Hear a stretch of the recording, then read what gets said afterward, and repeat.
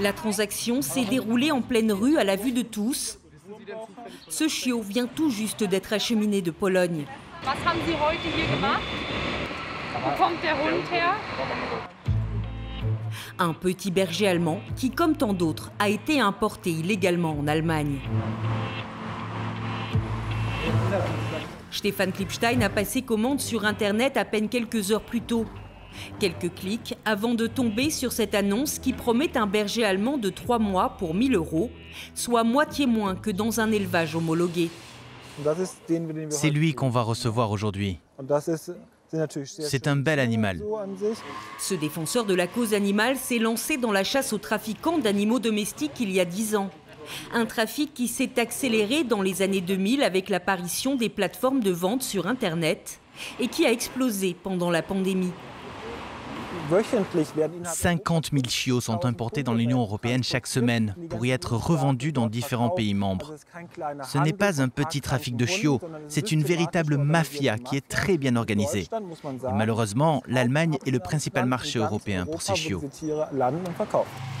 Stefan Klipstein tend régulièrement des pièges aux trafiquants, des opérations filmées en caméra cachée. C'est important qu'on rassemble des preuves parce que quand la police débarque, ces gens nient tout. Ce jour-là, l'ami de Stefan Klipstein joue la part. Hallo. Quelques minutes plus tard, un jeune couple arrive, le chiot dans les bras. Lange Fahrt gehabt? Habt ihr lange Fahrt gehabt? Nein, 150 Kilometer. Ach so. Ja, ist nicht weit. Ich dachte, ihr wohnt näher Berlin. Ja, nein, wir aus Polen. Ach, aus Polen? Ja. Ach, aus Polen bist du. Ja. Entre-temps, Stefan Klipstein a contacté la police. Le jeune homme prétend ne pas comprendre l'allemand. La conversation se poursuit avec l'éleveur qui se trouve en Pologne. Es ist illegal, viel zu junge Hunde über die Grenze nach Deutschland zu bringen und hier über eBay Kleinanzeigen für viel zu viel Geld zu verkaufen. Les papiers du chiot ne sont pas en règle, il n'est pas vacciné. Son état de santé laisse à désirer. Noch Babyzähne. Il a de toutes petites dents de lait, il a tout au plus 6 semaines, mais on nous l'a vendu comme un chiot de 12 semaines. Ce chiot n'a rien à faire ici, il devrait encore être avec sa mère. Environ 8 millions de chiots sont nécessaires chaque année pour satisfaire la demande européenne. Nombre d'entre eux proviennent des pays d'Europe de l'Est comme la Pologne. En l'absence de contrôle aux frontières, ils sont revendus dans les pays où la demande est forte. Voici les chiens que nous avons récupérés dans un élevage clandestin près de Kielce. Dans son refuge à Kouflew, en Pologne, Grzegorz Bielawski recueille les chiens qui ont échappé à ce trafic. Un business qui génère plus d'1 milliard d'euros chaque année en Europe, selon les ONG de défense des animaux. Ceux-là, nous les avons sauvés du trafic. L'association de Grzegorz est habilitée à intervenir dans les fermes illégales polonaises et à saisir les animaux en danger. Les bêtes s'y entassent dans des conditions d'élevage désastreuses. En début d'année, il a sauvé ses chiens destinés au marché allemand. Ils étaient dehors, sans abri, par moins 15 degrés, jour et nuit, toute l'année. Depuis 2012, la loi polonaise autorise les particuliers à faire de l'élevage et du commerce d'animaux de compagnie. Il suffit pour cela de créer une association. Une voie toute tracée pour ce trafic, synonyme de souffrance animale. Chaque année, nous réussissons à démanteler une dizaine de ces élevages clandestins.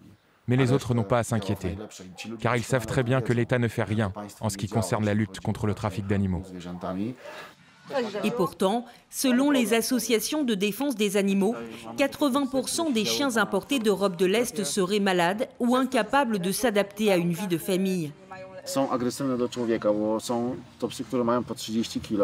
Cette spécialiste de la psychologie animale met en garde les acheteurs potentiels. Ces animaux ont des blessures physiques, des plaies, des problèmes de digestion liés à une mauvaise alimentation. Les soins médicaux pour ces chiens sont très élevés. Nous sommes également tombés lors d'une intervention sur un élevage où les animaux se reproduisaient entre eux, avec tout ce que cela peut impliquer en termes de pathologie pour les chiots. Ainsi, nombre d'entre eux décèdent avant d'atteindre l'âge adulte. Pour enrayer ce trafic, des députés européens misent sur la future législation européenne sur les services numériques. Les revendeurs pourraient alors être obligés de s'enregistrer et de s'identifier sur les sites de vente en ligne. Cela concernerait les éleveurs commerciaux, mais aussi tous les vendeurs particuliers qui causent des problèmes. Il faut qu'ils soient obligés de s'enregistrer et que les plateformes soient obligées de les contrôler. C'est notre objectif principal car cela permettrait au moins de dissuader les plus criminels. Pour l'heure, le business des chiots est plus lucratif que jamais. Selon l'Organisation mondiale de protection des animaux quatre pattes, le prix des chiots en ligne a doublé depuis le début de la pandémie. Une mine d'or pour les éleveurs sans scrupules.